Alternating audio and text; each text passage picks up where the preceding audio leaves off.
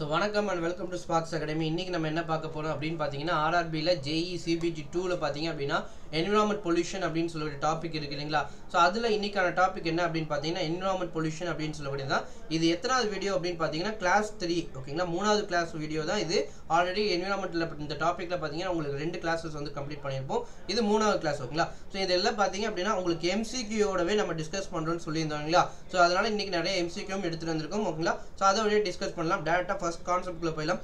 பேசிக்ஸா environment pollution அப்படினு வரும்போது pollution அப்படினா என்ன அப்படினா இயற்கையாவே இருக்கக்கூடிய ஒரு விஷயத்துல இயற்கையாவே இருக்கக்கூடிய ஒரு கண்டென்ட் பாத்தீங்க அப்படினா அதோட இயற்கை தன்மையில இருந்து கொஞ்சம் விலகி ஒன்னு அதிகமாகவோ அல்லது கம்மியாகவோ இருந்துச்சு அப்படினா அது பேரு pollution அப்படிம்பாங்க. இந்த கம்மியாகிறதுனால ஏதாவது ஹியூமன் பீயிங்ஸ்க்கு அல்லது பிளான்ட்க்கு இல்ல அனிமல்ஸ்க்கு ஏதாவது ஒரு லிவிங் திங்ஸ் ஏதாவது ஒரு பாதிப்பு வருது அப்படினா அது பேர் pollution அப்படினு சொல்லுவாங்க ஓகேங்களா. சோ இப்போ இந்த environment pollution கூட பேசிக் டெஃபினிஷன் என்ன பாருங்க. Environment pollution is defined as the contamination of physical and biological component of earth atmosphere system to the some extent normal environment process are adversely affected. ஓகேங்களா. இயற்கையாவே நடக்கக்கூடிய ஒரு ப்ராசஸ் பாத்தீங்க அப்படினா இந்த மாதிரி ஒரு பொல்யூஷன்னால பாத்தீங்க அப்படினா அதோட தன்மையில இருந்து விலகி போகுது அப்படினா அது பேர் environment pollution அப்படினு சொல்லுவாங்க ஓகேங்களா. சோ இது எதுல பாத்தீங்க அப்படினா contamination of physical வரும்போது இல்ல ஒரு ஏர் பொல்யூஷனா இருக்கலாம் இல்ல ஒரு வாட்டர் பொல்யூஷனா இருக்கலாம் அல்லது ஒரு சாயில் பொல்யூஷனாவும் இருக்கலாம் அப்படினு சொல்றாங்க ஓகேங்களா. சோ இப்போ இந்த பொல்யூட்டன் அப்படினு சொல்லி பாக்கும்போது அதனால என்ன இப்போ நம்ம environment pollution ஆகுதுன்னு பார்த்தோம் இல்லையா. அந்த pollution ஆகிறதுக்கான causing agent ஓகேங்களா. ஒரு causing agent தான் என்னன்னு சொல்லுவாங்க அப்படினா pollutant அப்படினு சொல்லுவாங்க ஓகேங்களா. It is a substance or energy which has undesirable effect or adversely affect the environment is called pollutant அப்படினு சொல்லுவாங்க ஓகேங்களா. சோ இதெல்லாம் பாத்தீங்க அப்படினா the natural and concentration of the pollutant வந்து ஓகேங்களா. அந்த pollutant தன்மையை பொறுத்து பாத்தீங்க அப்படினா இந்த pollutionங்கிறது எப்படி இருக்கலாம் ஓகேங்களா. அது ஒரு மெட்டலா இருக்கு அப்படினா அந்த மெட்டல் லெட்டா இருக்கு அப்படினா அந்த லெட் வந்து பாத்தீங்கன்னா நான் பயோடிகிரேடபிள்னு சொல்லுவாங்க. அதோட தன்மை வந்து அதிகமான காலங்கள் இதுல எஃபெக்ட் கொடுக்கும் அப்படினு சொல்லி அந்த பொல்யூஷனோட எஃபெக்ட் எப்படி இருக்கும் அப்படினு சொல்லி நம்மளால பார்க்க முடியும் ஓகேங்களா. இந்த பொல்யூட்டன் வந்து எந்தெந்த ஃபார்ம்ல நமக்கு கிடைக்கும் அப்படினு கேட்டிங்கன்னா சாலிட் ஃபார்ம்ல இருக்கு, லிக்விட் ஃபார்ம்ல இருக்கு அண்ட் கேசியஸ் சப்ஸ்டன்ஸ்ல இருக்கு ஓகேங்களா. சோ சாலிட் ஃபார்ம்ல என்னென்ன பொல்யூட்டன் அப்படினு சொல்லுவாங்க அப்படினா மெட்டல் பொல்யூட்டன் அல்லது பிளாஸ்டிக் அப்படிங்கிறதெல்லாம் பாத்தீங்கன்னா சாலிட் பொல்யூட்டன். இது மட்டும் இல்லாம wood, leaves, human waste, kitchen waste, electronic waste இது எல்லாமே சாலிட் பொல்யூட்டன் சொல்லுவாங்க. அது மாதிரி லிக்விட் பொல்யூட்டன் பார்க்கும்போது diesel, kerosene, chemicals, industrial discharge oils இது எல்லாமே உங்களுக்கு லிக்விட் பொல்யூட்டன் சொல்லுவாங்க. அண்ட் கேசியஸ் பொல்யூட்டன் வரும்போது கேசஸ் அதாவது கார்பன் டை ஆக்சைடு அல்லது carbon monoxide, oxides of nitrogen and oxides of sulphur இதுதான் உங்களுக்கு பேசிக்கா வரும். உங்களுக்கு பொல்யூஷன் வரும்போது பேசிக்கா அதுல ரொம்ப இம்பார்ட்டன்டா நீங்க படிக்க போறது இந்த கேசியஸ் பொல்யூட்டன் தான் ஓகேங்களா. ஏன்னா இதுதான் உங்களுக்கு எக்ஸாம் பாயிண்ட் ஆஃப் வியூல அதிகமா உங்களுக்கு கேள்வி கேட்பாங்க. என்ன கேஸ் உங்களுக்கு சம்பந்தப்பட்டது அப்படின்னு சொல்லி உங்களுக்கு கேள்வி கேட்பாங்க ஓகேங்களா. ஸோ இப்போ இந்த டைப் ஆஃப் பொல்யூட்டன் அப்படின்னு பார்க்கும்போது எத்தனை வகையாக நம்ம பொல்யூஷனை நம்ம கிளாஸிஃபை பண்ணலாம் அப்படின்னு பார்த்தீங்க அப்படின்னா 3 வகையாக நம்ம அந்த பொல்யூட்டனை வச்சு அந்த காரணத்தை பொருள் இருக்குல்லையா அந்த காரணமான பொருளை வச்சு அதோட தன்மையை பொறுத்து நம்ம 3 வகையாக அதை நம்ம கிளாசிஃபிகேஷன் பண்ணலாம். ஒன்று பார்த்தீங்க அப்படின்னா டீக்ரேடபிள் வேஸ்ட்னு சொல்லுவாங்க ஓகேங்களா. டீக்ரேடபிள் பொல்யூட்டன் சொல்லுவாங்க. இன்னொன்று ஸ்லோலி டீக்ரேடபிள் பொல்யூட்டன் சொல்லுவாங்க. இன்னொன்று நான் டீக்ரேடபிள் பொல்யூட்டன் அப்படின்னு சொல்லுவாங்க. இந்த டீக்ரேடபிள் பொல்யூட்டன் அப்படின்னா the pollutant that can be rapidly decomposed by the natural process. இயற்கையாவே பார்த்தீங்க அப்படின்னா அந்த பொருள் வந்து இயற்கையாவே அது மக்கும் தன்மை உள்ளது அப்படின்னா அது டீக்ரேடபிள் பொல்யூட்டன் சொல்லுவாங்க. இதுக்கு என்ன எக்ஸாம்பிள் அப்படின்னு பார்த்தீங்கன்னா leaves, domestic wastage, food waste, crop waste and paper products and seeds இது எல்லாமே உங்களுக்கு இயற்கையாவே மக்கும் தன்மை இருக்கு இல்லைங்களா. அதனால இது டீக்ரேடபிள் பொல்யூட்டன் அப்படின்னு சொல்லுவாங்க. அதுக்கப்புறம் ஸ்லோலி டீக்ரேடபிள் பொல்யூட்டன் அப்படின்னு சொல்லுவாங்க. ஸ்லோலி டீக்ரேடபிள் பொல்யூட்டன் அப்படின்னா இது மக்கறதுக்கு பார்த்தீங்க அப்படின்னா கிட்டத்தட்ட பல நூற்றாண்டுகள் ஆகும் அல்லது பல வருடங்கள் ஆகும் அப்படிங்கிறத பொறுத்து அது ஸ்லோலி டீக்ரேடபிள் பொல்யூட்டன் அப்படின்னு சொல்றாங்க. இதுக்கு எக்ஸாம்பிள் பார்த்தீங்க அப்படின்னா பிளாஸ்டிக் அண்ட் பெஸ்டிசைட்ஸ் அப்படின்னு சொல்லுவாங்க. அண்ட் நான் டீக்ரேடபிள் பொல்யூட்டன் அப்படின்னு சொல்லி 3வது கேட்டகரி பண்ணுவாங்க. எந்த ஒரு விஷயம் இயற்கையாவே மக்கும் தன்மை இல்லாத ஒரு பொருள் பார்த்தீங்க அப்படின்னா நான் பயோடிகிரேடபிள் பொல்யூட்டன் அப்படின்னு சொல்லுவாங்க ஓகேங்களா. நான் டீக்ரேடபிள் பொல்யூட்டன் அப்படின்னு சொல்லுவாங்க. இதுக்கு எக்ஸாம்பிள் அப்படின்னு பார்த்தீங்கன்னா லெட், மெர்க்குரி, நியூக்ளியர் வேஸ்ட் இது எல்லாமே உங்களுக்கு எக்ஸாம்பிளா சொல்லுவாங்க ஓகேங்களா. ஸோ என்விரான்மெண்ட் பொல்யூஷன் அப்படின்னு வரும்போது அது எத்தனை வகையாக கிளாசிஃபிகேஷன் பண்ணுறாங்க அப்படின்னா 5 வகையான கிளாசிஃபிகேஷன் பண்ணுறாங்க மேஜரா. ஸோ அதுதான் air pollution, water pollution, soil and land pollution சொல்லுவாங்க. இது மட்டும் இல்லாமல் noise pollution, radioactive pollution and thermal pollution சொல்லி 5 வகையாக கிளாசிஃபை பண்ணுவாங்க. இந்த 5 வகையான பொல்யூஷனில் மிக முக்கியமான பொல்யூஷனும் மிக ஆபத்தான ஒரு பொல்யூஷன் அப்படின்னு பார்த்தீங்க அப்படின்னா ஏர் பொல்யூஷனும் வாட்டர் பொல்யூஷன் தான் ஓகேங்களா. ஏரும் வாட்டரும் தான் பார்த்தீங்க அப்படின்னா மிக ஆபத்தான ஒரு பொல்யூஷன் கூட. இம்மிடியேட்டாக அது வந்து நம்ம ஹியூமன் பீங்ஸோ இல்லை ஒரு லிவிங் திங்ஸில் எஃபெக்ட் காட்ட முடியும். ஓகேங்களா. இந்த 2 பொல்யூஷனால பார்த்தீங்க அப்படின்னா உடனே பாதிப்பு வந்து பார்த்தீங்க அப்படின்னா உடனே அது அக்கர் ஆகும், நம்மளால் உடனே அது கண்டறியப்பட முடியும் அப்படின்னு சொல்கிறாங்க. ஓகேங்களா. ஸோ இன்னைக்கு டாபிக் பார்த்தீங்க அப்படின்னா நம்ம ஏர் பொல்யூஷனை பற்றி தான் நம்ம பார்க்க போகிறோம். ஓகேங்களா. ஸோ இந்த ஏர் பொல்யூஷன் அப்படின்னு வரும்போது what is mean by air pollution அப்படின்னு கேட்டிங்க அப்படின்னா it is defined as the undesirable contamination of gas, smoke, dust, fume, mist, odor, chemical particles in the atmosphere. அதாவது நம்ம ஆல்ரெடி போன கிளாஸ்ல பார்த்திருந்தோம், இந்த அட்மாஸ்பியர் அப்படின்னு சொல்லக்கூடியது ஏகப்பட்ட கேஸ் காம்பினேஷன்ல இருக்கும். அதில் மேக்ஸிமம் பார்த்தீங்க அப்படின்னா நைட்ரஜன் இருக்கும் அப்படின்னு சொல்லி பார்த்துருந்தோம். ஓகேங்களா. நைட்ரஜன் இருக்கும், அதுக்கப்புறம் ஆக்சிஜன் இருக்கும். ஓகேங்களா. அதுக்கப்புறம் ஆர்கான் இருக்கும், கார்பன் டை ஆக்சைடு இருக்கும். இது மட்டும் இல்லாமல் இன்னர்ட் கேஸ்ன்னு சொல்லி பார்த்துருந்தோம் இல்லைங்களா. இதுக்கு எல்லாமே பார்த்தீங்க அப்படின்னா உங்களுக்கு அளவுகள் இருக்குது, பெர்சன்டேஜ் இருக்குது. ஓகேங்களா. பெர்சன்டேஜ் இருக்குல்ல, அந்த பெர்சன்டேஜ் ஆஃப் ரேஷியோஸ் வந்து கொஞ்சம் வேரியேஷன் ஆச்சு அப்படின்னா அதனால உங்களுக்கு அட்மாஸ்பியரில் பொல்யூஷன் ஆகும் அப்படின்னு அர்த்தம். ஓகேங்களா. ஏதாவது ஒரு வகையில் அது வேரியேஷன் ஆகுது அப்படின்னா அது பேர் தான் பொல்யூஷன் அப்படின்னு சொல்லுவாங்க. ஸோ இதில் பாருங்க அப்படின்னா 90% ஆஃப் ஏர் பொல்யூஷன் வந்து எதனால் வருது அப்படின்னு பார்த்தீங்கன்னா இந்த carbon di oxide, carbon monoxide அப்படின்னு சொல்லக்கூடியது தான் ஆகுது. ஓகேங்களா. ஸோ இது மட்டும் இல்லாமல் சல்ஃபர் ஆக்சைடு, நைட்ரஜன் ஆக்சைடு அப்படின்னு சொல்லக்கூடியது அண்ட் பார்ட்டிகுலேட் மேட்டர் அப்படின்னு சொல்லுவாங்க. இந்த பார்ட்டிகுலேட் மேட்டருங்கிறது நம்ம அதிகமாக பார்த்துருந்தோம் அப்படின்னா நம்ம இந்த கோவிட் டைமில் அப்படின்னு சொல்லி பார்த்துருந்தோம். உங்களை கோவிட் டைம் அப்படின்னு சொல்லி பார்க்கும்போது எல்லா வெஹிக்கிள்ஸுமே எல்லாருமே ஊரடங்கு போட்டு வீட்டில் தான் இருந்தாங்க. அப்போ என்விரான்மெண்ட் வந்து பொல்யூஷன் ஆகுறது கம்மியாயிருக்கா அப்படின்னு கேட்டால் கம்மியாகலை.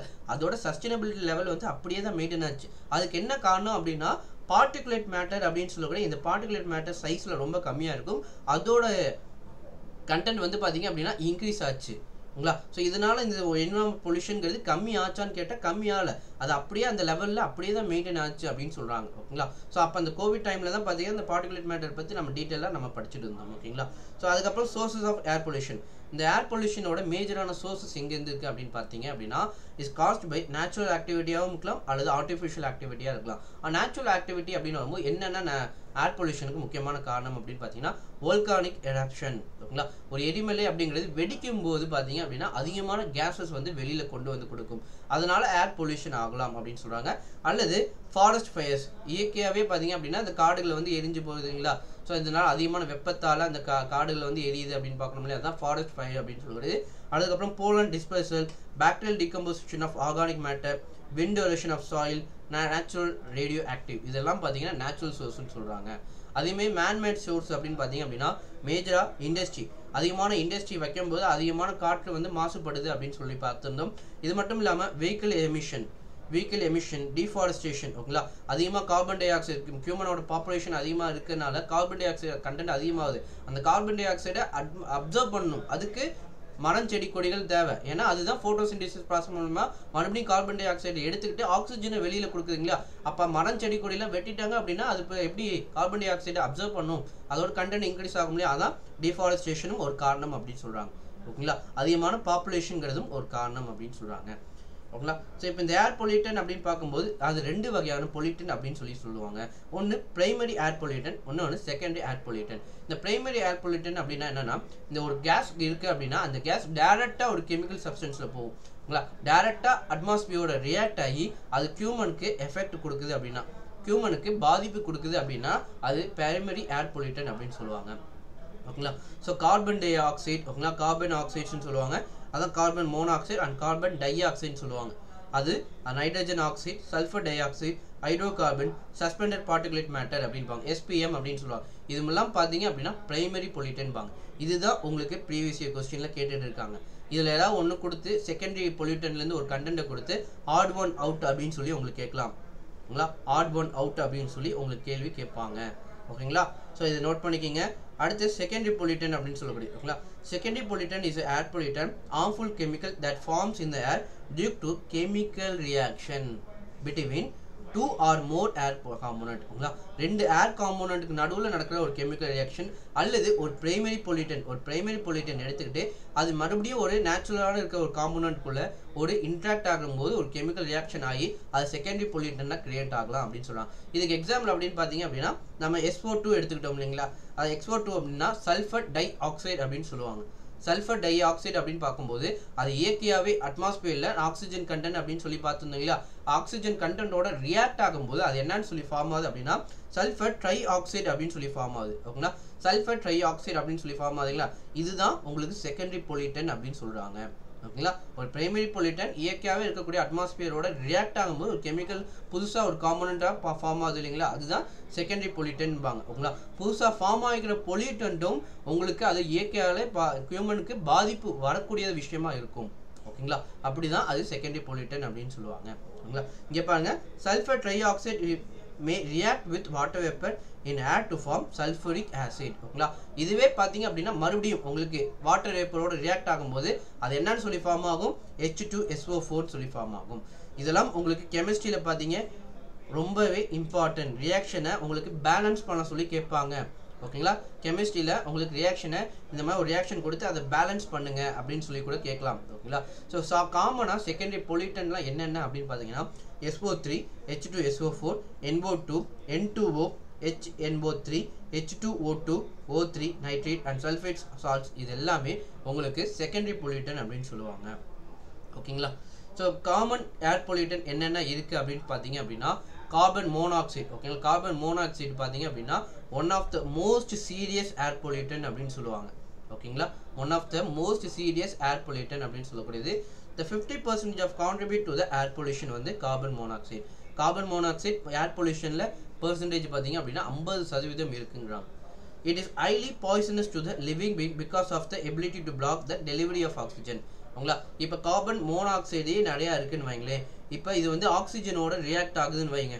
ஆக்சிஜனோட ரியாக்ட் ஆகும்போது இது என்னண்டாகும், கார்பன் டை ஆக்சைடுன்னு சொல்லி ஃபார்ம் ஆகிறதுக்கு வாய்ப்பு இருக்குங்களா. ஸோ இந்த கார்பன் டை ஆக்சைடு வந்து உங்களுக்கு ஃபார்மேஷன் ஆச்சு அப்படின்னா ஆக்சிஜனோட லெவல் ஆட்டோமேட்டிக்காக கம்மியாகும். ஓங்களா, ஆக்சிஜனோட லெவல் ஆட்டோமேட்டிக்காக கம்மியாகும். ஓகேங்களா, அதே மாதிரி கார்பன் டை ஆக்சைடோட லெவல் ஆட்டோமேட்டிக்காக இன்க்ரீஸ் ஆகும் இல்லைங்களா. ஸோ இதனால மனிதனை வந்து மூச்சு விடுறதுக்கு திணறுவாங்க. ஓகேங்களா, மூச்சு விடுறதுக்கு திணறுவாங்க அப்படின்னு சொல்கிறாங்க. ஓகேங்களா, ஸோ இந்த கார்பன் மோனாக்சைடோட சோர்ஸ் என்ன அப்படின்னு பார்த்தீங்க அப்படின்னா பிரைமரி சோர்ஸ் ஆட்டோமொபைல் இன்ஜின்ஸ்லேருந்து தான் வருது. ஓகேங்களா, ஆட்டோமொபைல் இன்ஜின்ஸ்லேருந்து தான் வருதான் இந்த கார்பன் மோனாக்சைடு அப்படின்னு சொல்கிறது.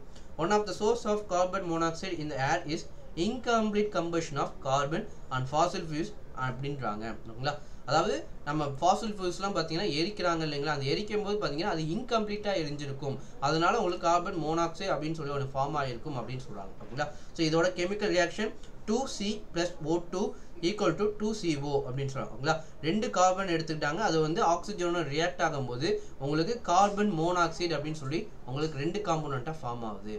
ஓகேங்களா, ஸோ இது ஏர் பொல்யூஷன் அப்படின்னு வரும்போது அது எந்தெந்த பேசிஸில் நம்ம பார்க்க போகிறோம் அப்படின்னா சோர்ஸ் பேசிஸில் பார்க்கும்போது அது பிரைமரி சோர்ஸ், செகண்டரி சோர்ஸ் அப்படின்னு சொல்லி 2ஆக இருக்கும். பிரைமரி சோர்ஸ் அப்படின்னு பார்க்கும்போது அது டைரெக்டாக உங்களுக்கு அட்மாஸ்பியரோட ரியாக்ட் ஆகி உங்களுக்கு பாதிப்பு உருவாக்குறதுலாம் பிரைமரி சோர்ஸும்பாங்க. இந்த பிரைமரி சோர்ஸ்லாம் பார்த்தீங்க அப்படின்னா மறுபடியும் அட்மாஸ்பியரோட மறுபடியும் ரியாக்ட் ஆகி அதுதான் செகண்டரி பொல்யூட்டன் அப்படின்னு சொல்லுவாங்க. ஓகேங்களா, ரியாக்ஷன் வித் அட்மாஸ்பியரிக் பொல்யூஷன் அப்படிம்பாங்க. ஓகேங்களா, இதே இது ரிலீஸ், இந்த ஏர் பொல்யூஷனோட ரிலீஸை பொறுத்த வரைக்கும் அது 2 வகையாக கிளாஸிஃபை பண்ணுவாங்க. ஒன்று இன்டோர் ஏர் பொல்யூட்டன், ஒன்று அவுட்டோர் ஏர் பொல்யூட்டன்பாங்க. இன்டோர் ஏர் பொல்யூட்டன் அப்படிங்கிறது cooking, smoking, air conditioner, AC போடுறோம் இல்லையா, வீட்டுக்குள்ளே நம்ம பண்ணுறோம் இல்லைங்களா, அதெல்லாம் இன்டோர் ஏர் பொல்யூட்டன் அப்படிம்பாங்க. அது மூலியமாக உருவாகிற கேஸஸ் எல்லாமே. ஓகேங்களா, அதுக்கப்புறம் அவுட்டோர் ஏர் பொல்யூட்டன் அப்படின்னு பார்க்கும்போது தான் industrial process and transportation, automobile use பண்ணுறோம்ல, இதெல்லாம் அவுட்டோர் ஏர் பொல்யூட்டன் அப்படின்னு சொல்லுவாங்க. ஓகேங்களா, அண்ட் கெமிக்கல் காம்போசிஷனை பொறுத்து அதோட சைஸை பொறுத்தும் அது 2 வகையாக கிளாஸிஃபை பண்ணுவாங்க. ஒன்று பார்ட்டிகுலேட் மேட்டர், இன்னொன்று கேசியஸ் மேட்டர் அப்படின்னு சொல்லுவாங்க. ஓகேங்களா, இந்த PM அப்படின்னு சொல்கிறது தான் பார்ட்டிகுலேட் மேட்டர், அது சாலிடாகவும் இருக்கலாம் அல்லது லிக்விடாகவும் இருக்கலாம், ஏரோசோல்ஸ் அப்படின்னு சொல்லுவாங்க. PMO 0.1, PM 2.5, PM 10, அது ரொம்ப பாதிப்பு அடையக்கூடிய PM 2.5 நம்மளுக்கு இந்த நியூஸ் பேப்பரில் கூட அடிக்கடி போட்டிருப்பாங்க. ஓகேங்களா, அதுக்கப்புறம் miscible with air in vapour form. ஓகேங்களா, அதாவது கேஸ் ஃபார்மில் இருக்குது, அது வாட்டர் வேப்பரோட ரியாக்ட் ஆகும்போது அது வேப்பர் ஃபார்ம்லேருந்து உங்களுக்கு மறுபடியும் வாட்டர் லிக்விட் ஃபார்முக்கு உங்களுக்கு வரும். ஃபார் எக்ஸாம்பிள் சொல்லணும்னா சல்ஃபூரிக் ஆசிட் அப்படின்னு சொல்லக்கூடியது, உங்களை சல்ஃபர் டை ஆக்சைடு சொல்கிறோம், நைட்ரஸ் டை ஆக்சைடு சொல்கிறோம், இதெல்லாம் பார்த்தீங்க அப்படின்னா வாட்டர் வேப்பரோட ரியாக்ட் ஆகும்போது தான் உங்களுக்கு என்னன்னு சொல்லி வருது, உங்களுக்கு ஆசிட் ரைட் அப்படின்னு சொல்லி ஒரு கான்செப்டில் வரும். ஓகேங்களா, இதெல்லாம் நம்ம பொல்யூட்டனில் நம்ம பார்ப்போம். ஓகேங்களா, ஸோ என்னென்ன RRBயில் இதுக்கு முன்னாடி ப்ரீவியஸ் கொஸ்டின் கேட்டிருக்காங்க அப்படின்னு பார்த்தீங்க அப்படின்னா carbon monoxide gases carbon monoxide ஏரில் பார்த்தீங்க அப்படின்னா உங்களுக்கு அட்மாஸ்பியரில் கார்பன் மோனாக்சைடோட கண்டென்ட் அதிகமாக இருக்கும்போது என்னெல்லாம் நம்மளுக்கு டிசீஸ் வர்றதுக்கு வாய்ப்பு இருக்குது ஓகே அப்படின்னு சொல்லி கேட்குறாங்க. ஸோ இதுக்கான ஆன்சர் பார்த்தீங்க அப்படின்னா ஹெட்டேக், வாமிட் வரும், and slurring of speech, convulsion, coma, even to death வரைக்கும் நம்ம போகிறதுக்கு வாய்ப்பு இருக்குது அப்படின்னு சொல்கிறாங்க. ஓகேங்களா. வேற என்ன கேள்வி கேட்டிருக்காங்க அப்படின்னா a continuous exposure of high concentration of carbon monoxide. Carbon மோனாக்சைடுக்கு நம்ம அது ஃப்ரீக்வெண்ட்டாக நம்ம கண்டினியூஸாக நம்ம எக்ஸ்போஸ் ஆகிட்டு இருக்கோம் அப்படின்னா நம்மளுக்கு என்ன நடக்கும் அப்படின்னா கோமா ஃபாலோடு பை டெத் அப்படின்னு சொல்கிறாங்க. கோமா ஃபாலோடு பை டெத் அப்படின்னு சொல்லுவாங்க. அடுத்த கேள்வி போயிடலாம். இது மேட்ச் த ஃபாலோயிங்கில் கேட்குறாங்க. ஸ்கின் கேன்சர் வர்றதுக்கான முக்கியமான ப்ராசஸ் என்ன அப்படின்னு சொல்லி பார்த்தீங்க அப்படின்னா அல்ட்ரா வயலட் லைட் அப்படிம்பாங்க, யூவி ரேஸ் அப்படின்னு சொல்லுவாங்க. ஸோ இந்த ஸ்கின் கேன்சருக்கு வரதுக்கு முக்கியமான காரணம் இந்த யூவி கண்டென்ட் வந்து உடம்புல அதிகமாக உங்களுக்கு எக்ஸ்போஸ் ஆகிறதுனால உங்களுக்கு வரதுக்கு வாய்ப்பு இருக்குது. ஸோ இதுக்கு முக்கியமான காரணம் என்ன அப்படின்னு பார்த்தீங்கன்னா ஓசோன் டிப்ளிசேஷன் அப்படின்னு சொல்லுவாங்க. ஓகேங்களா. ஓசோனில் உங்களுக்கு ஓட்டை வருது அப்படிங்கிறதுக்கு சொல்லுவாங்களா, ஓசோன் ஓல் அப்படின்னு சொல்லுவாங்களா. ஓசோன் ஓலுக்கு முக்கியமான காரணம் அப்படிங்கிறது இந்த யூவி லைட் அப்படிங்கிறது தான். ஓகேங்களா. யூவி வந்து உள்ளே வராமல் தடுக்கிறதோட ப்ராசஸ் தான் இந்த ஓசோன். ஓகேங்களா. அந்த ஓசோனில் ஓட்டை விழுந்தனால தான் உங்களுக்கு அந்த அல்ட்ரா வயலட் லைட் அப்படின்னு சொல்லி யூவி லைட் அப்படிங்கிறது உங்களுக்கு பெனிட்ரேட் ஆகி உங்களுக்கு எடுத்து நோக்கி வருது. ஓகேங்களா. ஸோ அதுக்கப்புறம் நாய்ஸ் பொல்யூஷன் அப்படின்னு சொல்லி பார்த்தீங்க அப்படின்னா அது நாய்ஸ் பொல்யூஷன்ங்கிறது நம்ம எப்படி மெஷர் பண்ணுவோம் அப்படின்னா டெசிபல் அப்படின்னு சொல்லுவாங்க. ஓகேங்களா. டெசிபல் அப்படின்னு சொல்லுவாங்க. அண்ட் குளோபல் வார்மிங்க்கு ரொம்பவே முக்கியமானது பார்த்தீங்க அப்படின்னா கார்பன் டை ஆக்சைடு. ஓகேங்களா. கார்பன் டை ஆக்சைடு தான் உங்களுக்கு குளோபல் வார்மிங்க்கு முக்கியமான கேஸாகவே இருந்துச்சு. ஓகேங்களா. க்ரீன் ஹவுஸ் கேஸ்ன்னு சொல்லுவாங்க. ஓசோன் ஓலுக்கு முக்கியமான காரணம் இந்த குளோரோ ஃப்ளோரோ கார்பன் அப்படின்னு சொல்லுவாங்க. இப்போ சம்மர் சீசன் ஆயிடுச்சுங்களா, ஏசி எல்லாமே அதிகமாக போடுவாங்க. ஸோ ஏசி ஃப்ரிட்ஜ் அதிகமாக யூஸ் பண்ணுவாங்க. ஸோ அதனால பார்த்தீங்க அப்படின்னா உங்களுக்கு இந்த குளோரோ ஃப்ளோரோ கார்பன் அப்படின்னு சொல்லக்கூடியது அதிகமாக உங்களுக்கு வெளியில் வரும் இல்லைங்களா. ஸோ அப்படி வெளியில் வரும்போது உங்களுக்கு டேரெக்டாக அட்மாஸ்பியர் ரியாக்ட் ஆகும்போது அது உங்களுக்கு ஓசோன் அப்படின்னு சொல்லக்கூடியதில் ரியாக்ட் ஆகும்போது உங்களுக்கு ஓசோனில் கேப் வரும், அதாவது திக்னஸ் கம்மி ஆகும். அப்படி திக்னஸ் கம்மி ஆகும்போது இந்த அல்ட்ரா வயலட் லைட் அப்படின்னு சொல்லக்கூடிய பெனிட்ரேட் ஆகும். ஓகேங்களா. ஸோ இதோட ஆன்சர் அப்படின்னு பார்த்தீங்கன்னா ஆப்ஷன் பி. ஓகேங்களா. இதோட ஆன்சர் ஆப்ஷன் பி. அடுத்த கேள்வி போயிடலாம். Most suitable tree to stop the dust pollution. ஓகேங்களா. டஸ்ட் பொல்யூஷன் அப்படிங்கிறத கண்ட்ரோல் பண்ணுறதுக்கு ப்ராப்பரான ட்ரீ என்ன, ரொம்ப கம்ஃபர்டபுளான ட்ரீ என்ன, மரம் என்ன, எது நட்டு வச்சோம் அப்படின்னா இந்த டஸ்ட் பொல்யூஷனுங்கிறது கண்ட்ரோல் ஆகும் அப்படின்னு கேட்டிங்கன்னா ஆப்ஷன் ஏ சீதா அசோகா அப்படின்னு சொல்லக்கூடிய மரம். ஓகேங்களா. இது பார்த்தீங்க அப்படின்னா பெரினியல். ஓகேங்களா. பெரினியல் எவர்கிரீன் ட்ரீ தான் இந்த மரம். ஓகேங்களா. இந்த மரத்தை நட்டு வைக்கிற மூலிமா நம்ம டஸ்ட் பொல்யூஷனை கண்ட்ரோல் பண்ண முடியும் அப்படிங்கிறது. ஓகேங்களா. சீதா அசோகா அப்படிங்கிறது. அடுத்த கொஸ்டின் போயிடலாம். லீச்சன் ஆர் பெஸ்ட் இண்டிகேட்டர் ஆஃப். ஓகேங்களா. இந்த லீச்சன்ஸ் அப்படின்னு சொல்லக்கூடியது நம்ம எதுக்கு பயன்படுத்தணும் அப்படின்னா நம்ம பொல்யூஷனை வந்து இண்டிகேட்டர் பண்ணுறதுக்காக ஒரு ஐடென்டிஃபை பண்ணுறதுக்காக ஒரு பொல்யூட்டனை தான் நம்ம பயன்படுத்திட்டு இருக்கோம். அது என்ன அப்படின்னு பார்த்தீங்க அப்படின்னா ஏர் பொல்யூஷன். ஓகேங்களா. ஏர் பொல்யூஷன் பர்டிகுலர் இடத்துல நடந்திருக்கு அப்படின்னா அந்த லீச்சன்ஸ் அப்படின்னு சொல்லக்கூடியது உங்களுக்கு வளர்ச்சி கம்மியாக இருக்கும். ஓகேங்களா. வளர்ச்சி க்ரோத் ரேட் வந்து ரொம்ப கம்மியாக இருக்கும் அப்படின்னு சொல்கிறாங்க. ஓகேங்களா. க்ரோத் ரேட் கம்மியாக இருக்கும் அப்படின்னு சொல்லுவாங்க. ஓகேங்களா. The biggest source of air pollution. ஓகேங்களா. அதாவது பெரிய நகரத்தில் பார்த்தீங்க அப்படின்னா பிக்கஸ்ட் சோர்ஸ் ஏர் பொல்யூஷன் வர்றதுக்கு முக்கியமான காரணம் என்ன அப்படின்னு பார்த்தீங்கன்னா உங்களுக்கு டிரான்ஸ்போர்ட் செக்ஷன் அப்படின்னு சொல்லக்கூடியது. ஆட்டோமொபைல்லேருந்து வரக்கூடிய கேஸஸ் தான் பார்த்தீங்க அப்படின்னா பிக்கஸ்ட் ஏர் பொல்யூஷனாக இருக்குது அப்படின்னு சொல்கிறாங்க. ஓகேங்களா. ஸோ அடுத்த கிளாஸ் அப்படின்னு சொல்லி பார்க்கும்போது நம்ம என்னென்ன பார்க்க போகிறோம் அப்படின்னு பார்த்தீங்கன்னா கார்பன் மோனாக்சைடு அப்படின்னு சொல்கிறோம்ல அது எவ்வளோ சோர்ஸ் இங்கே எல்லாம் வருது. ஓகேங்களா. ஸோ அந்த கார்பன் சோர்ஸ் வந்து கார்பன் ஆக்சைடு அப்படின்னு சொல்லக்கூடியது ஹியூமனில் எப்படிலாம் உங்களுக்கு இம்பேக்ட் கிரியேட் பண்ண முடியும். ஓகேங்களா. ஹியூமனில் என்னென்ன டிசீஸ் வர முடியும் அப்படின்னு சொல்லி பார்ப்போம். ஓகேங்களா. ஸோ இதோட இன்னைக்கான கண்டென்ட் அப்படிங்கிறது முடிச்சு. அண்ட் உங்களுக்கான கேள்வி அப்படின்னு சொல்லி பார்த்தீங்க அப்படின்னா Kyoto protocol is related to environment related பார்த்தீங்க அப்படின்னா உங்களுக்கு யூஎன்ல ஏகப்பட்ட புரோட்டோகால் உங்களுக்கு ஃபாலோ பண்ணியிருப்பாங்க. ஓகேங்களா. அதாவது கேஸோட கண்டென்ட் வந்து கம்மிப்படுத்தணுங்கிறதுக்காக உலக நாடுகள் எல்லாமே ஒன்றாக சேர்ந்து ஒரு ஒப்பந்தம் போட்டிருப்பாங்க. அதில் பார்த்தீங்க அப்படின்னா இந்த Kyoto புரோட்டோகால்ங்கிறது எது சம்மந்தப்பட்டது, ஏர் பொல்யூஷனா, க்ரீன் ஹவுஸ் கேஸா, கிளைமேட் சேஞ்சா அல்லது வாட்டர் பொல்யூஷனா அப்படிங்கிறது நீங்கள் கமெண்ட் செக்ஷனில் கமெண்ட் பண்ணுங்கள். ஓகேங்களா. ஸோ இந்த செக்ஷன் இதோட கம்ப்ளீட் பண்ணிக்கலாம். அடுத்த செஷன் அப்படிங்கிறது உங்களுக்கு நாளைக்காகவே உங்களுக்கு ரிலீஸ் பண்ணிடுவோம். ஓகேங்களா. ஸோ எல்லாருமே ஆர்ஆர்பிக்கு நல்லா ப்ரிப்பேர் பண்ணுங்கள். All the best.